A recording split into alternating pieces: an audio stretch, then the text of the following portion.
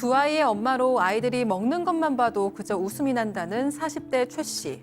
하지만 그녀의 어린 시절은 이 아이들처럼 매 순간 행복하지 않았습니다. 도박과 외도, 그리고 어머니와 자신을 밤낮이고 폭행했던 아버지 때문인데요. 아버지라 부르기도 싫은 그는 최 씨의 어린 시절을 망쳤고 거액의 빚을 지고 잠적까지 했습니다. 아버지가 남긴 빚을 갚기 위해서 어머니는 새벽부터 밤 늦게까지 일을 하며 힘들게 살았고 결국 10년 전 이혼을 할 수 있게 되었는데요. 하지만 아버지의 그늘에서 벗어난 자유도 잠시, 최 씨의 어머니는 최근 건강보험공단으로부터 충격적인 통지서 한 통을 받게 됩니다. 그리고 최 씨 모녀의 지옥은 이때부터 다시 시작되는데요. 이들 모녀에게 대체 무슨 일이 벌어진 걸까요?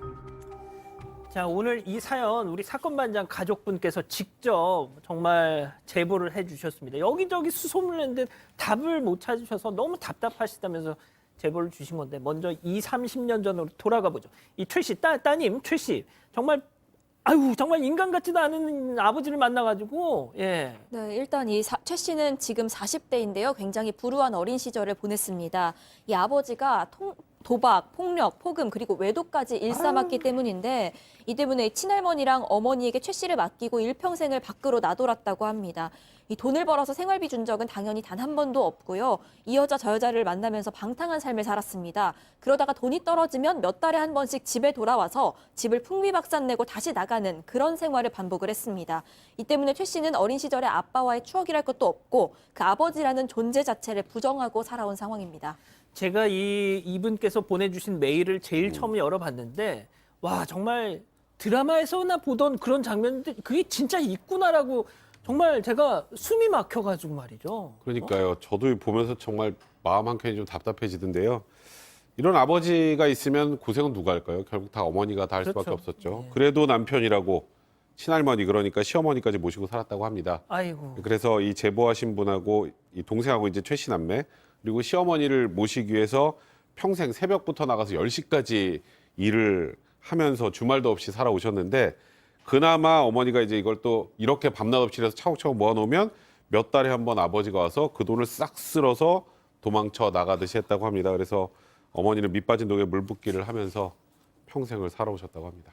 아니 빨리 좀 이혼을 하셨으면 어땠을까요, 소장님? 네. 근데 그렇게 해서 난리를 치고 어쨌든 집을 나갔었는데 그러다가 나가서 막 돌아다니고 집도 안 돌보다가 어느 날 왔어요. 그러면서 내가 이제는 나이도 많고 몸도 약하니까 이제 다시 재출발 해보겠다. 그러니까 예. 가족들이 나를 믿고 좀 도와달라라고 얘기를 했어요. 그래도 아버지기도 하고 남편이기도 하니까 그래 한 번만 더 믿자 이렇게 얘기를 했는데 결국에는 믿을 수 없는 사람이었던 겁니다. 자, 승희 의원님. 네, 나 이제 정신 차려서 새 출발할게 하는 사람들 치고 믿을 사람 없죠. 사실 가족들이 용서해 줬는 게 무색해지는데 아까 말씀했죠. 나 나가서 일을 열심히 하겠다. 일을 열심히 하기 위해서 공사장에 나갔는데 공사장에 있는 인부들의 월급과 자재비를 훔쳐서 달아났습니다. 이거 달아났는 것도 그치는 게 아니라 집으로 다시 돌아왔어요. 잠적한 날 돌아왔는데 집에 있는 돈도 몽땅 훔쳐서 달아났는데 여기서 정말 놀랄 만한 일은 그날 자기 어머니 제삿날이었습니다. 어머니 제삿날 집에 딱 와가지고 돈을 훔쳐서. 돈을 훔쳐서 갔어요. 네. 자, 아무튼 결국 이런 일련의 정말 드라마에서나 볼 수 있는 장면들이 쭉 이어지다가 이 어머님이 참다 못해가지고 결국 이혼을 하셨어요. 네, 그것도 이 최 씨 남매가 더 이상 안 되겠다 싶어서 이 어머니를 이 동생 집에 모시고 어머니 아버지 이혼하도록 적극적으로 알아봤는데 그것도 쉽지가 않았습니다. 아버지가 잠적을 했잖아요. 그래서 굉장히 힘들게 찾아서 이혼 도장을 찍으라고 했는데 이 당시에는 이제 아버지가 돈도 없고 오갈 데도 없는 상황이고 힘도 없어졌는지 순순히 도장을 찍었다고 합니다. 그렇게 협의 이혼을 했고요. 이혼한 뒤에 어머니는 자리를 다시 잘 잡으셨습니다. 그래서 이 최 씨랑 동생도 각자 가정을 이루고 이렇게 가족이 행복하게 살기 시작하는 줄 알았습니다. 이때까지만 해도요. 그렇게 10년의 세월이 지났는데 최근에 잊고 있었던 아버지의 존재가 다시 나타난 겁니다. 이게 해피엔딩이었으면 저희가 다루질 않죠. 자, 소장님. 무슨 통지서가 집으로 날아왔다는 겁니다. 네, 정말 이제부터 정말 더 기가 막힙니다. 이혼을 하고 10년이 지났잖아요. 2022년 건강보험공단에서 무슨 서류 한 통이 왔어요. 그래서 그 서류가 뭐지? 그러고 딱 뜯어보니까 분할연금 통지서라는 게 왔습니다. 그러니까 어머니께서 평생 일하신 그 결과로 지금 한 달에 월 80만 원 정도의 연금을 받고 계셨는데 아버지가 어떻게 알고 신청했는지 그 연금의 반은 내가 써도 된다라고 생각해서 분할연금 통지서가 그 분할연금을 신청한 거예요. 그러니까 지금 80만 원에서 40만 원이 아버지께로 가게 된 겁니다.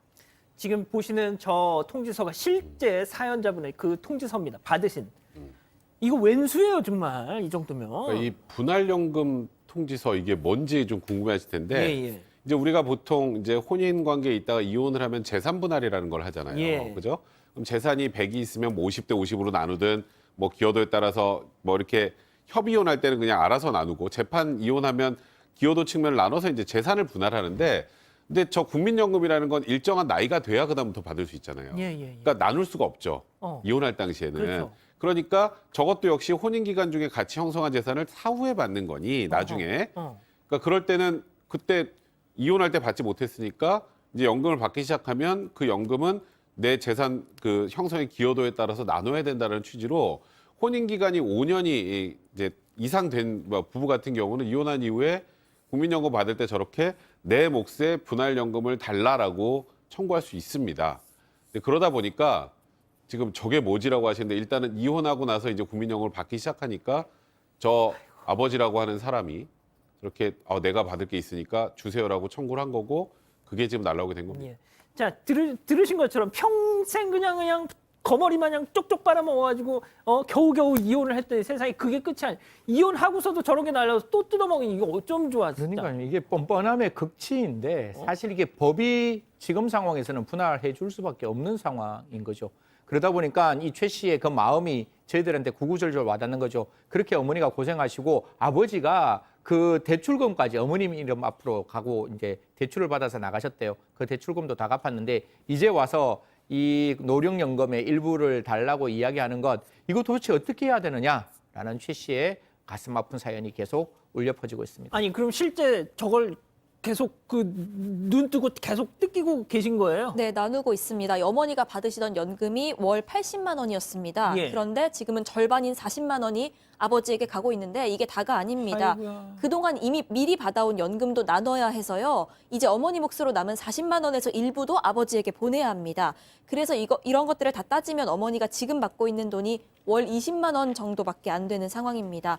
아버지가 이걸 안 받겠다고 포기하면 당연히 어머니 혼자 받을 수 있지만 아버지가 신청을 한 거고 포기할 사람도 아닙니다. 여기에 더해서 잠적을 해서 연락이 되지도 않습니다. 설득할 수도 없는 상황이고요. 이 때문에 이 어머니는 돈을 뺏긴 느낌이라서 억울해서 지금 식사도 잘 못하시는 상황이라고 합니다. 자, 80만 원을 어머니가 받으셔야 되는데 일단 절반 가져가고 있고 또 예전에 그냥 오롯이 받던 거에서 또 못 받았던 거 또 뜯어간다고 또 40만 원에서 해서 지금 80만 원 받아야 될 거 20만 원 정도밖에 못 받으신다는 거. 야, 자 그러면 이쯤에서 별별 상담소 오늘의 궁금증 짚어보죠. 자, 도박에 폭행, 뭐 별의별 짓 다 일삼고 도망간 아버지.